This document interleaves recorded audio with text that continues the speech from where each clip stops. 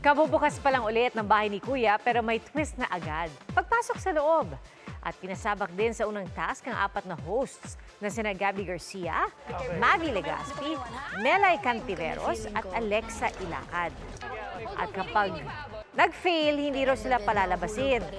Ang misyon sungkitin ang susi ng cage gamit ang mga piraso ng kawayan na pinagdugtong-dugtong ng mga housemates.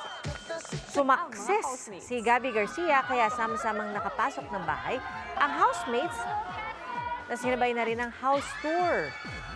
Nakilala na rin ang housemates sina Ivana Alawi at Michael Sager. Ano kaya ang magiging role nila?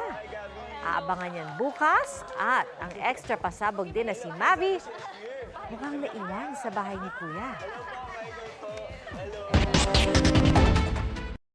Mga kapuso, maging una sa saksi. Mag-subscribe sa GMA Integrated News sa YouTube para sa iba't ibang balita.